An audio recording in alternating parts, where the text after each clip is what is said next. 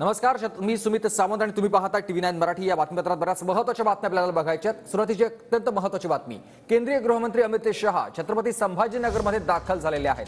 शहांचे आज अकोला, जळगाव आणि छत्रपती संभाजीनगरमध्ये कार्यक्रम आयोजित करण्यात आले। अमित शहांची आज मुंबईत शिंदे, फडणवीस आणि अजितदादांसोबत एक बैठक देखील बोलावण्यात आलेली आहे। महायुतीच्या जागा वाटपावर आज या बैठकीमध्ये शिक्कामोर्तब होण्याची शक्यता वर्तवली जाते। तर अमित शहा सध्या महाराष्ट्राच्या दौऱ्यावर आणि आज ते छत्रपती संभाजीनगरमध्ये आहेत। त्यानंतर मुंबईमध्ये देखील त्यांचा दौरा आयोजित करण्यात आलाय। शहा आज मुंबईत आहेत, जागांचा तिढा सुटणार का हे देखील आपण बघतोय। छत्रपती संभाजीनगरमध्ये रामा इंटरनॅशनल इथून ते रवाना झालेत। सकाळी 10 वाजता रवाना होतील आणि त्यानंतर सकाळी 10:20 छत्रपती संभाजीनगर विमानतळावरून ते अकोल्याकडे रवाना होतील।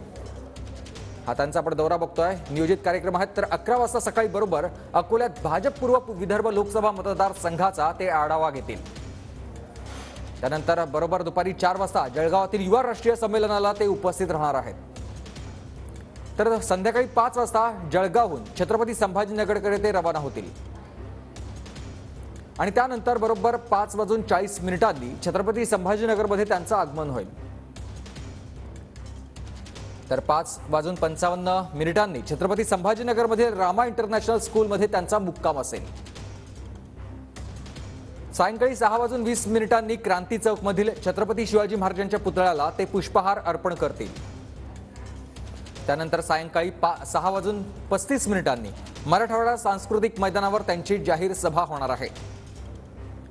तर सायंकाळी 7:45 छत्रपती संभाजीनगर विमानतळावरून मुंबईकडे ते प्रयाण करतील आणि मुंबईत त्यांचा मुक्काम असेल। दरम्यान रामा इंटरनॅशनल हॉटेलवरून माझे सहकारी सागर सुरोसे आपल्यासोबत जोडले गेलेले आहेत। सागर, अमित शहांचा आजचा हा दिवसभरातला आपण दौरा बघतोय, नेमकं कसं नियोजन सगळं करण्यात आलंय?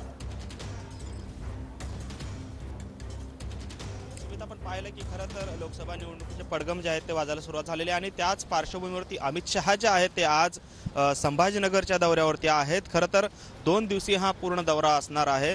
काल रात्रीच्या सत्रामध्ये अमित शहा जे आहेत ते सपत्नीक या ठिकाणी संभाजीनगरमध्ये दाखल झालेले आहेत आणि रामा इंटरनॅशनल या हॉटेलमध्ये त्यांचा मुक्काम जो आहे त्या ठिकाणी असणार आहे। आपण पाहतो की खरं तर विदर्भ आणि मराठवाडा या 2 महत्त्वाच्या राजकीयदृष्ट्या महत्त्वाच्या असलेल्या या विभागांमध्ये अमित शहा यांचा दौरा जो आहे तो पार पडणार आहे। खरं तर सकाळच्या सत्रामध्ये अकोल्यामध्ये अमित शहा जे आहेत ते जाणार आहेत आणि अकोल्यामध्ये या ठिकाणी लोकसभा निवडणुकीच्या पार्श्वभूमीवरती ते आढावा जो आहे तो एकंदरीत घेणार आहेत।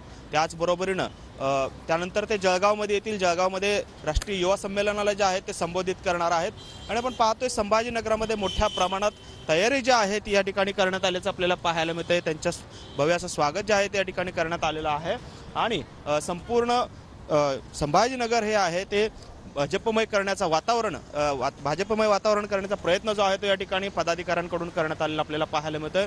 मोठ्या प्रमाणात या ठिकाणी भाजपचे झेंडे जे आहेत ते लागलेले आहेत। अमित शहांच्या स्वागताचे बॅनर्स देखील मोठ्या प्रमाणात लागलेले आपल्याला पाहायला मिळतात। त्यामुळे एकंदरीतच संभाजीनगर असेल त्याचबरोबर विदर्भ असेल या दोनही विभागातले एकंदरीत लोकसभा मतदारसंघाचा आढावा जो आहे तो अमित शहा घेतील। त्याचबरोबरीनं एकूण जागा वाटपाचा जो काही बरोबर आहे, जागा वाटपासंदर्भात चर्चा होते का पाहणं महत्त्वाचं असेल। तुम्ही आमच्यासोबत असेच जोडलेले राहा। सध्या आपल्यासोबत थेट सभास्थळावरून माझे सहकारी दत्ता कनमटे हे आपल्यासोबत जोडले गेलेत।